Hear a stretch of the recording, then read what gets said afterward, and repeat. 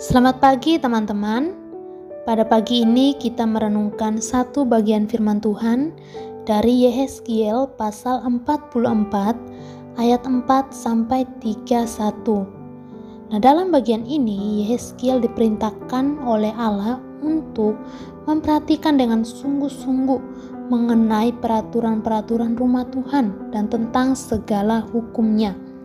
Di ayat 5 dikatakan begini, Tuhan berfirman kepadaku, "Hai anak manusia, perhatikanlah baik-baik, lihatlah dengan teliti dan dengarlah dengan sungguh-sungguh segala sesuatu yang hendak kufirmankan kepadamu mengenai peraturan-peraturan rumah Tuhan dan tentang segala hukumnya.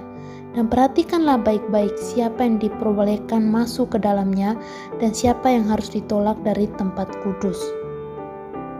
Jadi yang harus dia beritahukan atau ajarkan kepada bangsa Israel adalah mengenai siapa yang diperbolehkan atau tidak diperbolehkan untuk masuk ke dalam tempat kudusnya.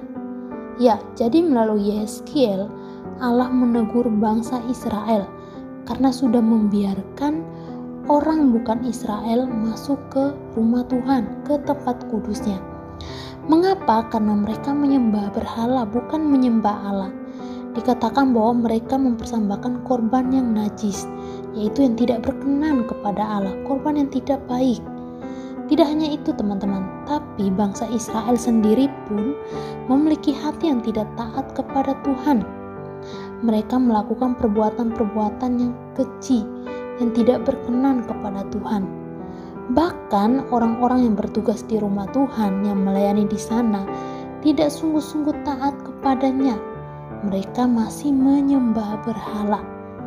Nah, sebagai umat yang sudah dipilih, seharusnya mereka mengikuti segala peraturan-peraturan, perintah-perintah yang diberikan oleh Allah dan hanya beribadah kepada Allah saja, menyembah kepada Allah saja. Tapi yang dilakukan adalah mereka tidak taat, mereka menyembah berhala, mereka melakukan apa yang dilakukan oleh bangsa-bangsa lain, bangsa-bangsa yang tidak mengenal Allah. Nah teman-teman, perintah yang sama juga harus kita ikuti dan lakukan sebagai anak Tuhan.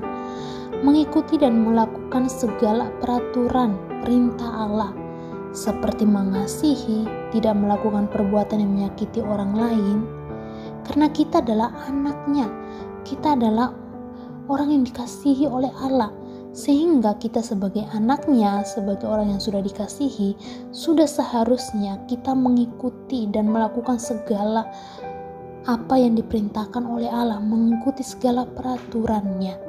Nah, biarlah Tuhan yang memampukan kita untuk setia dalam melakukan perintah-perintahnya. Tuhan Yesus memberkati. Amin.